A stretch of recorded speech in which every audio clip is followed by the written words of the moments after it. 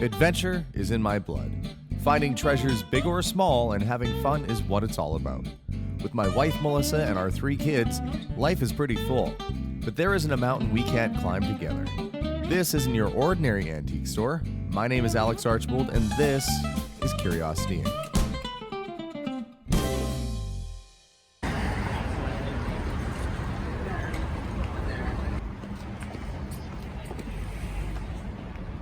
And I am at the Shops of Waterloo, the mall that they have downtown here. And I've come to visit the folks here at Retro Replay, check out their video game and retro store. So let's head inside and check it out. It looks from the outside like they carry everything from video games to collectibles. It's always something neat in a little shop like this. Let's go have a look around. Well, hey, how's it going? Doing all right, how are you? You must have been really hungry this morning because you've got yourself a lot of desserts. I guess it's that time of year. It is, and we spent, not yesterday, but the day before making all these. So just something that some of the stores do around this time of year. So draws people in, gets people to hop between stores. It works out pretty good. Oh, well, that's super nice. I guess you got to get here early if you want to get the one with the cherry on top. Pretty much. Well, that's really nice. And you're doing gift baskets, giveaways, and things like that. So why don't you tell us about yourself?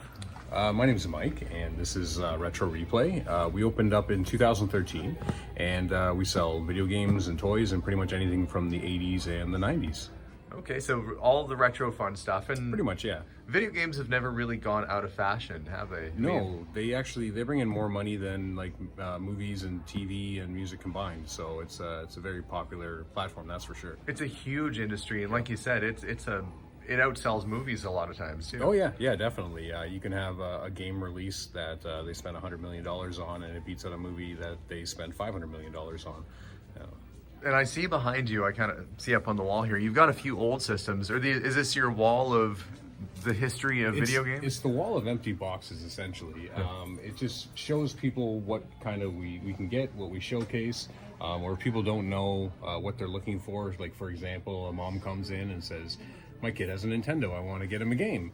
And it turns out it's really a Sony PlayStation or something, because everything's Nintendo to mom. So that's essentially what these are for. So you just kind of point at stuff. Oh, I need a cable for my Sega. Well, which one is it? Is it a Model 1 or a Model 2? And then you can kind of point it out, because things are different, right? So if I need one of those weird switches for my Intellivision that switches from TV back to video, you could have that? I do have those. Really? Okay, that was the most random thing I could think of, and you actually have the it. Forks that screw into the back of the TV.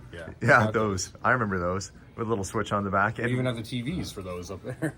Yeah, I saw that. You actually have old school TVs and retro. I mean, it feels like I'm in my friend's rec room circa 1989 with some of those TVs up there.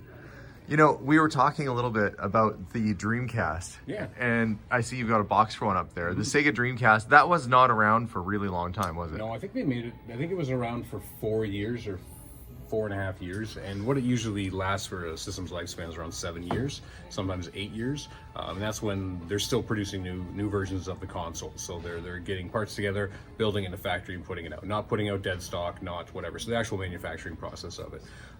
So it didn't last as long, because you could literally just go to a store, rent a game, put it on your computer, copy it, return the game, and then you owned it forever.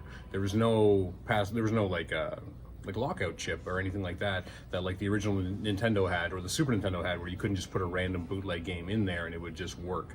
So they didn't have any kind of like DRM that would stop them from doing that, and it actually sunk the whole system. And their last ad that they ever put out in a magazine had the F word in it, because they were very upset.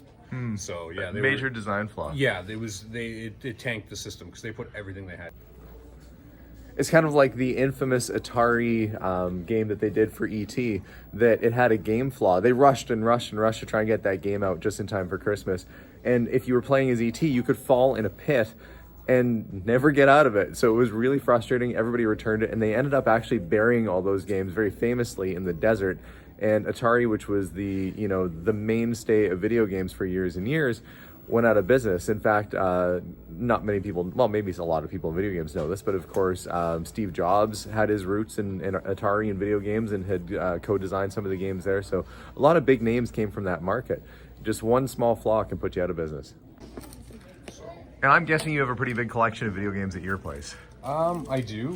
Actually, the whole store started because we decided to take a good chunk of my collection, about 95% of it, and use that as the original stock for the store. So that way that I don't have to put cash out of my pocket, considering the stuff I've just had for years and years and years. So I have every original Nintendo game ever made. I have about 95% of them complete in box, and I have about 400 Super Nintendo games, but everything else has come to the store over the years. Well, and I do occasionally find like old ColecoVisions or Ataris and things like that around, and I pick them up. Television up there and ColecoVision up there. That's what they look like. I never pass up an old console, but original box Nintendo systems are actually really gaining in value too, aren't they? Yeah. Like, what would a mint original Nintendo be going for in the box right now? So, like mint, like probably sealed. Sealed, multiple thousands of dollars. Well, they never actually came sealed, but if they've never been used, they've never like had you can see the folds on the cardboard. If that's never been opened, you can obviously tell no one's ever used it. A couple $1,000s. If you get it graded, maybe $3,000-$4,000. But one that's just in really good shape in the box, probably about $275 to $350, depending on what version it is. And then you have other versions that have like Rob the Robot built in with it. They can go upwards of $1,000+, depending on condition. So everybody should go and check their basements right now and pull out their old Nintendo system, because they might have some money sitting there. Yeah, like one in this condition here where the box is in okay shape, the system's very well played. It goes for about $175 to $200. Okay, and that's Canadian funds we're talking. Yeah. Okay. Variety of action figures. I remember those little Ghostbuster guys where you squeeze their hands and the eyes pop out. There's He-Man. All kinds of fun stuff. He's brought a couple things in to show me that I might be interested in, so I'm going to go have a look and see if we can't strike a deal. He's brought me in a couple of 1970s dinky toys, battle cruisers. Of course, I collect TV and film related toys. Those are pretty neat, but also a Breitling watch. Some people say Breitling, could be Breitling, but we're going to open this up and have a look at it. Now, it's always nice to get the paperwork with the watch like this, because there are a lot of replicas out there. The bracelet has detached. That's not a big deal. That just needs a new pin. But it's a nice chronograph. But in the world of wristwatches, battery operated is not really desirable at all. Even if it's a Rolex or even if it's a Breitling like this, if it's automatic, that's what you want to go for. That means that it moves with your wrist. I'm wearing an automatic watch right now, an old Seiko. You just, every time you move, it winds it. People are really just looking for automatic or mechanical watches when it comes to collectors, but nice watch, and probably has a decent battery movement in it, but value definitely affects it. But we'll see what he wants for it. It still might be something I'd bring back to the shop. So I come into a really cool video game store, and yes, they've got lots of collectibles. And what do I end up buying? A wristwatch. But of course, you guys probably saw that coming a mile away. But there's all kinds of neat stuff here. If you're ever in this area, you got to come to Waterloo and check it out. It's a really neat shop, and especially if you're into video games, I'm sure if he doesn't have it here, you can probably find it for you. Well, thanks again for having us out today. No problem. Thanks for coming down. I appreciate it. All right, so how do we reach you? You can see us on Facebook. It's facebook.com/retroreplay.ca, or you can check us out on Instagram. It's just Retro Replay on Instagram. Very cool. Well, thanks again for having us out today. No problem. Thank you so much for coming. Have a great day.